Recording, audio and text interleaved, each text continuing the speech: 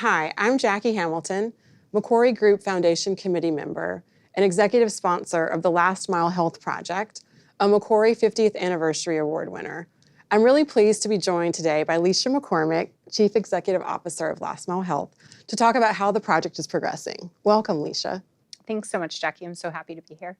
Why don't you tell me a little bit about Last Mile Health and its mission? Sure. So Last Mile Health exists to save lives in the world's most remote communities. And we do that because we know that nearly half the world's population lacks access to essential health services. So to put that in context, let's think about if I were a mother and I were living in a remote rural community in sub-Saharan Africa, and my child woke up one evening with a fever. Quite likely what I would need to do is strap my baby onto my back, walk for hours, eventually get to a canoe, paddle across a piece of water, and then arrive at a primary health facility that may or may not be able to treat my child. So the work that we're doing is really around ensuring that trusted community members are able to be taken seriously and turned into professional community health workers that are capable of treating that baby and that child right in their doorstep. And how has Macquarie's investment furthered that mission? So when we first started our journey together, we were working in Liberia to support the government to ensure that their community health workforce was working at quality to serve nearly 1.2 million patients. Today, I can proudly say that we're working across 5 different countries with country governments that are supporting a total population of roughly 187 million people. So it's been quite a journey, and it's one we've been proud to be on together.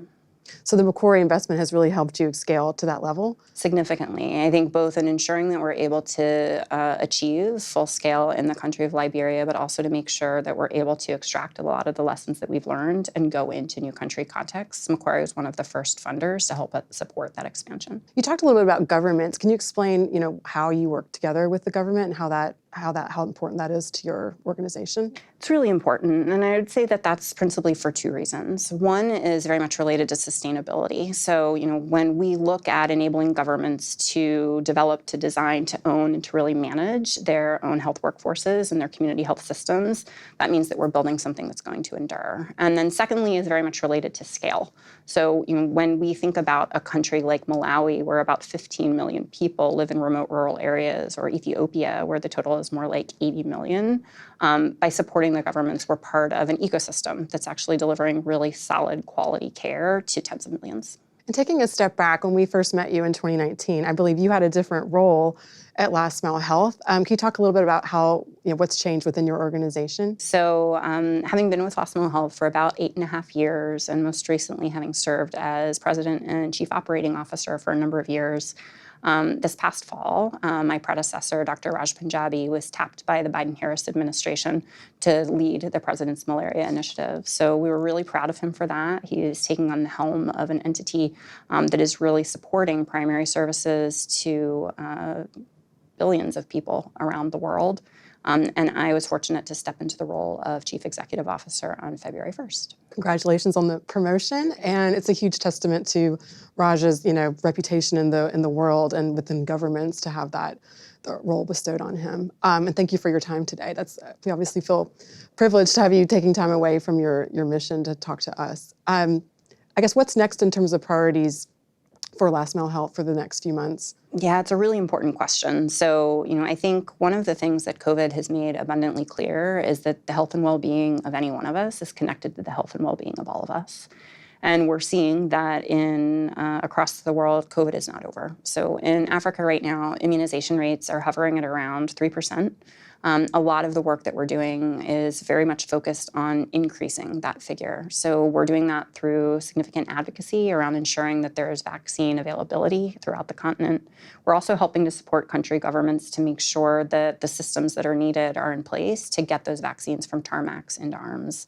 And then lastly, we're directly supporting a lot of the health workers and ensuring that health workers that we've long been supporting in country contexts like Liberia have access and are immunized so they can continue to deliver care. So that's going to be a principal priority, and it's important not just around the response to COVID, but also because we see in these moments of pandemic, epidemic, that frequently basic primary health services also start to falter.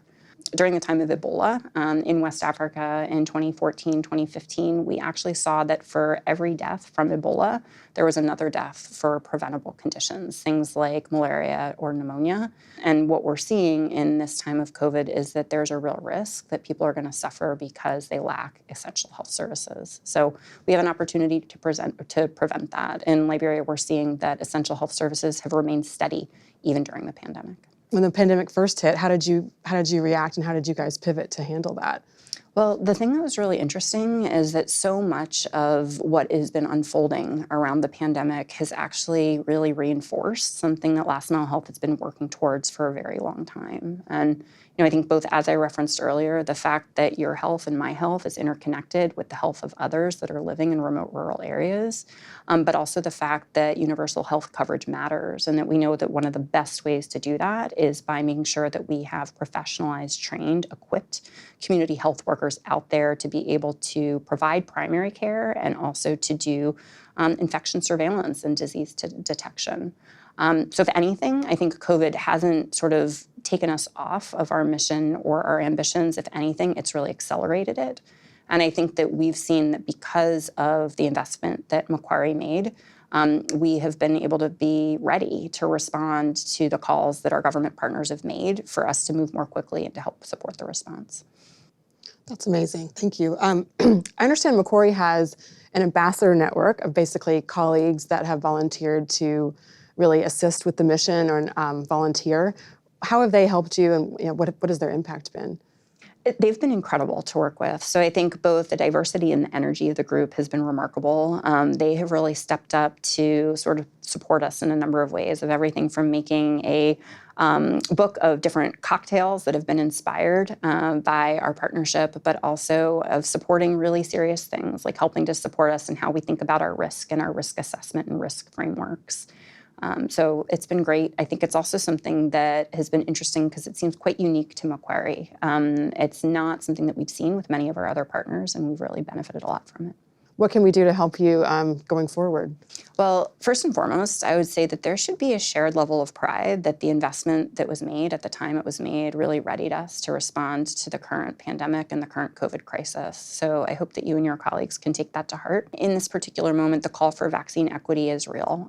Again, as I just referenced, while here in the United States where we're speaking, immunization rates of folks that have had their first shot is closer to 70%. In Africa, it's closer to 3%. So supporting calls for vaccine equity through groups like the World Health Organization is key. And then secondarily, supporting groups and making donations to Last Mile Health or like-minded organizations can be really powerful. Well, thank you very much for your time today. I look forward to hearing about the project as you progress it. Thank you so much, Jackie. We will definitely keep you informed. Delighted to be here. Thank you again.